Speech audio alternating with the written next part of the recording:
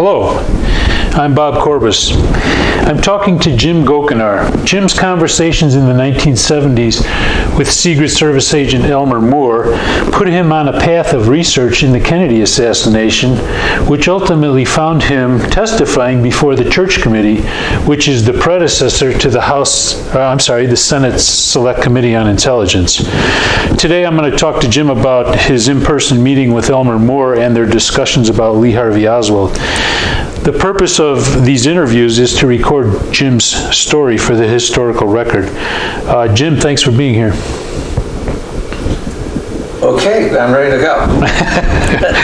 In this interview, I want to hear about, the last interview we talked about how you got to the federal building in Seattle to speak with Elmer Moore, and now for this one, tell me about your in-person interview, and specifically, I guess you want to tell me about your the discussions you had with Elmer Moore about Lee Oswald. So, what happened? I started my conversation about Oswald on the idea that I knew that Elmer hadn't interviewed him, but I asked Elmer, well, did you interview Oswald? And he looked at me and he's sort of silenced, and he says, well, I thought I told you I wasn't in Dallas when Kennedy was assassinated. In fact, I didn't get there until about the 27th of November. He said that no, he didn't interview Oswald. However, he had a number of conversations with his boss, inspector of the Secret Service, Tom Kelly, about Oswald. Kelly did interview Oswald a few times, and Moore told me that Kelly was very impressed with Oswald. So Kelly must have, he interviewed Oswald in the 2 days he was alive after the Kennedy assassination. Did he then brief Elmer Moore when Elmer Moore went to Washington about his conversations with Oswald before Elmer Moore went to Washington, Dallas? In other words, I'm asking, when did Kelly tell Elmer Moore about his conversations with Oswald? Before Moore went to Dallas or later on? He never really said that sequence. Okay. What my understanding about the way he proceeded in talking about Oswald was that he had a number of conversations with Kelly about Oswald, and that Kelly was impressed by Oswald's poise. Apparently, Kelly was impressed by the fact that Oswald was almost contemptuous. Some people would probably say arrogant, but he was just simply, oh my goodness, looking down his nose almost attitude towards the interrogations that Kelly had witnessed. But he did say that in the last interview, as they were about ready to take him downstairs and transfer him to the sheriff's department, Kelly asked Oswald if he would cooperate with the Secret Service and tell him, if he did it, was there anybody else involved? Some way you can help us? And Oswald said, yeah, I'll cooperate with you on the advice of any counsel that I have. But he seemed to be, Moore gave the impression that Kelly was under the impression that Oswald was going to talk to the Secret Service. Okay, so just for context, Oswald never did get a lawyer, even though he had publicly asked for a lawyer. They never gave him one. So he's kind of implying there, give me a lawyer and I'll talk to you, right? That's the impression that I got. Okay. And then I moved on from that point, and I asked Elmer, I said, well, what do you think about Oswald's trip to the Soviet Union? Did you think that was unusual? And anything about that come up with your discussions with Kelly? Specifically, I asked him, what do you think about Oswald's knowledge of the U-2? Apparently, he was a radar operator at the base in Japan where these flights originated. Yeah, that would have been Atsugi. Yeah. Atsugi Air Base or something. He said that he was very suspicious about the fact that the downing of the U-2 coincided with a lot of activities that Oswald had when he was in Russia. He says that at that point, he said he actually said the CIA didn't really cooperate with the Secret Service and give them an accounting of what they knew Oswald was doing in the Soviet Union. Right, so just to be clear, at the time Gary Powers was shot down with his CIA plane, the U-2, in Russia, or in Soviet Union, that was at the time Oswald was living there, which was like a 2-year period or something like that? Yeah, I think of it, something like that, but I know that it was in 59, the fall of 1959, that he defected to the Soviet Union, and Powers was shot down in mid-spring, I believe, of 1960, and it sabotaged a summit meeting between President Eisenhower and Premier Khrushchev. Right. We also know that the significance of Atsugi Air Base, where Oswald had previously been stationed, it was a location where the U-2 planes were taking off, and so presumably being tracked by radar, and Oswald was a radar operator, right? So there's all these connections to the U-2. Right, and Elmer Moore seemed to be suspicious of the fact that there might have been a connection between the downing of the U-2 and Oswald's stay in the Soviet Union. He went on to say that he thought that it was curious that Oswald had married a Russian citizen and they got back so quick. He said that was one thing that sort of troubled the Secret Service people in the investigation that they launched immediately after Oswald had been shot, was the idea that, how did he get out with his wife so soon?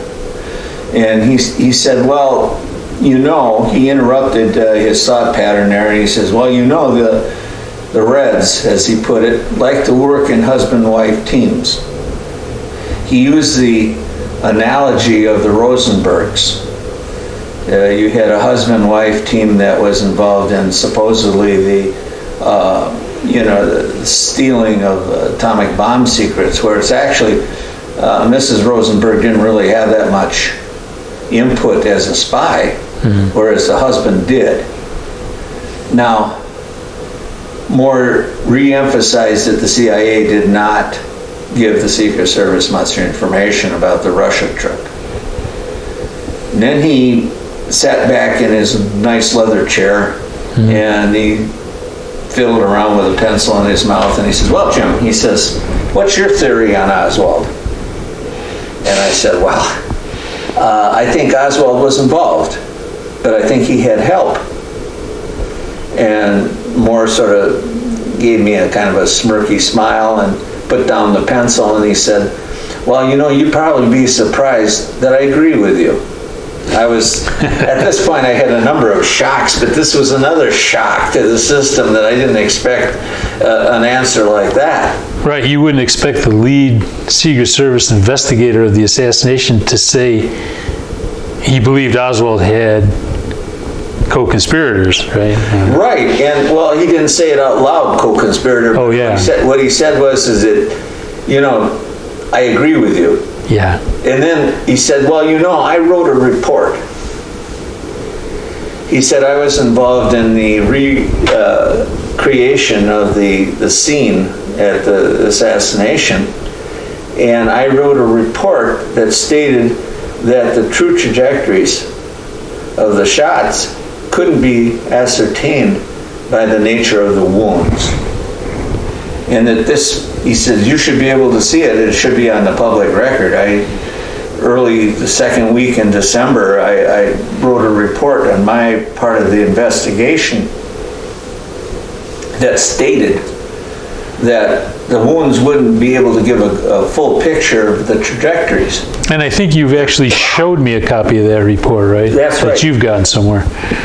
Right, and he based that conclusion in his report on studying the Zapruder film and many other black and white film, both film and still pictures. So he said, did he say many other black and white films? Yes, it's number 2 in the listing of how he came to the conclusion. Oh, on that report? In that report. Is there any more specific indication of how many others there were? 2? It's obviously plural, so there's 2. Was it 3 or 4, or how many? He didn't say, he didn't elaborate at that point. However, he did say, and he was very quiet at this point. He had a tendency to, when he emphasized things, to have a little bit more volume. He said that, well, I think Oswald did some shooting. And that sort of startled me too, because he said, I think, and then he used the word some shooting. And I was going to come back, well, where did he shoot from? Or where did you think he shot from? You know? I mean, the statement by himself says he believes there's more than one shooter. I think so. He was hinting at that all along by exposing to me that he wrote a report that said that the trajectories couldn't be ascertained by the nature of the wounds, which was, then I got off onto a tangent. I didn't really follow up, and I asked him something. Let me interrupt you there. I just want to follow that one lead or thread. He said, I think Oswald did some shooting. Did he ever elaborate on what led him to believe that Oswald did some shooting? No, not a bit. He just threw it out there. Okay. And I just again, there was a raising of his voice volume when he said, well, I did some shooting. He must have, you know, that kind of emphasis. Then I thought, because I learned from reading, and I learned from the critic Harold Weisberg, who I'd been talking with both on the phone and writing, corresponding back and forth, that Moore was involved in pressuring Dr. Perry about the throat wound. And then I said to Elmer, I said, well, I've heard that you had been talking with Dr. Perry and that you convinced him to change his story somewhat.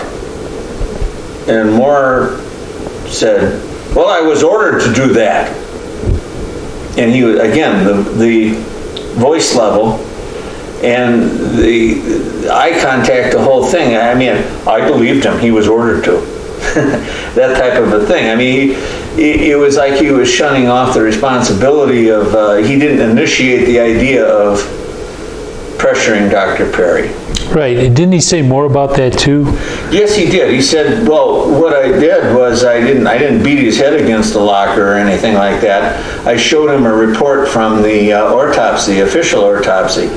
Then I pulled him aside and I asked him about a particular anatomical term that I was not familiar with. That's how I started my conversation with him.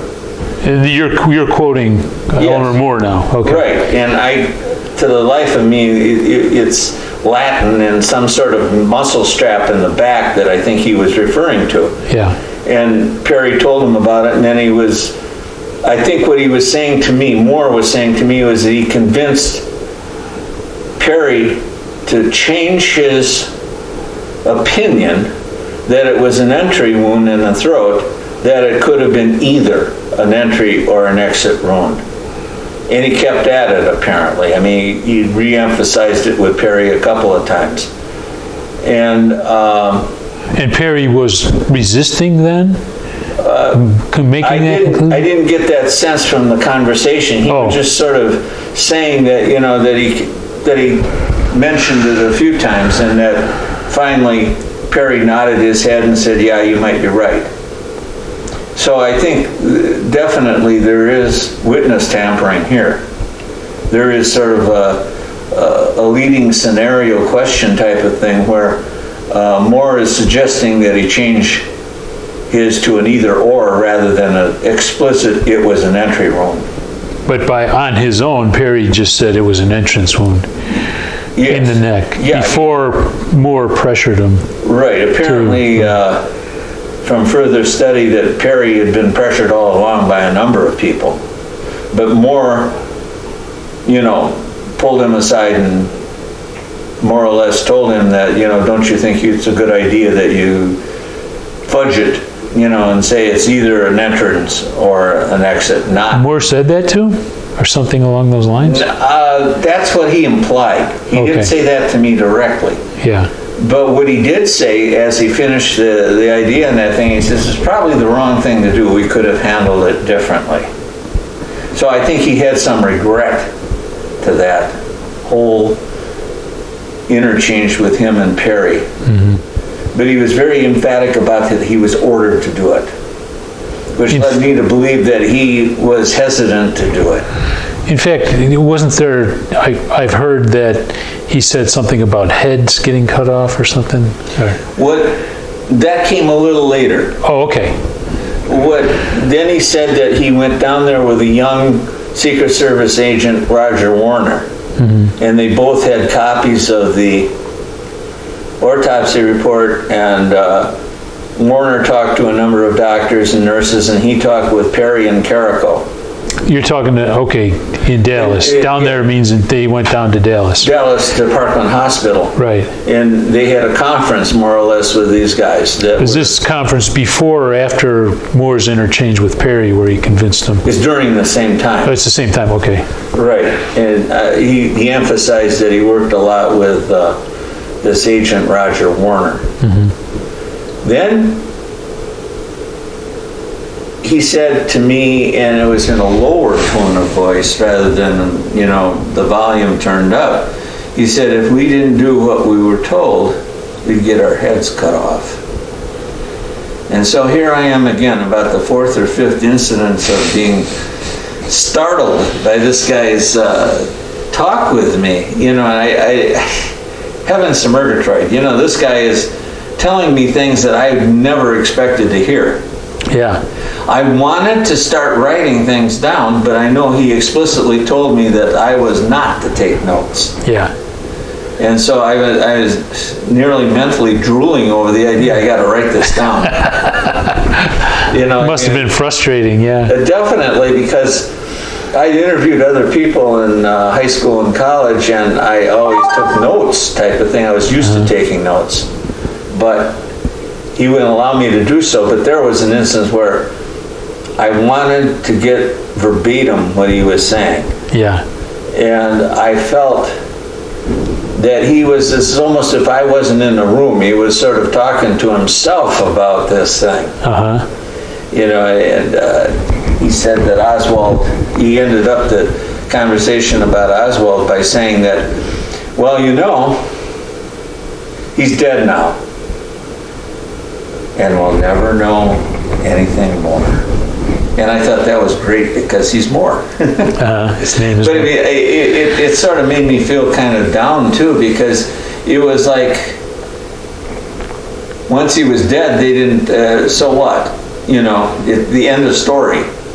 It was almost like maybe he gave me a thing. Well, it's a relief. Oswald's gone. Now we don't have to do any more work on that.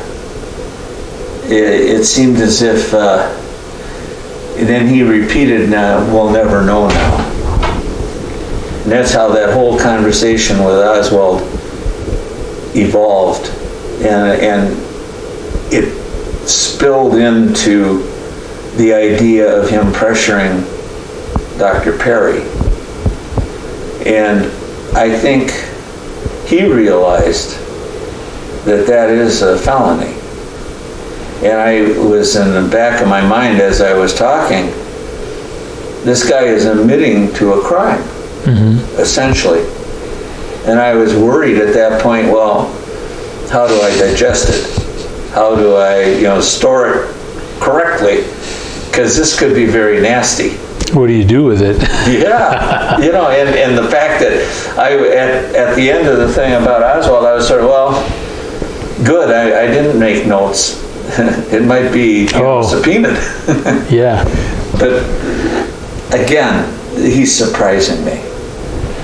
I wouldn't have expected that kind of candor. And that's how that all devolved around Oswald. Wow, that's amazing. Yeah, you must have been totally shocked. I was. Okay, so we'll just end this one right there. Yeah, That's enough to consume, right? Yeah, it's not to consume, because I was trying to convey the surprise. Yeah, okay. And I didn't, and when I've talked to you in the past about my talks with Moore, is that I thought he was a very skilled interrogator. Is that he listened very well, and he would ask concise questions, but in a friendly manner. The guy had a way of, except for a couple of instances, he's almost like he was smiling as he was talking, which disarms your whole demeanor with him to a certain degree, because I felt very much at home as he was telling me shocking things, which was shocking. Maybe you had some of that too, where you make a person feel comfortable with telling you more than they otherwise would, right? I would hope that would be the case, but on some levels in there, I was starting to say maybe I've gone a bridge too far. Yeah, you must have been scared. Well, okay, we'll end it there then, and yeah, thanks for telling us that story. No problem. To be continued. To be continued, yeah.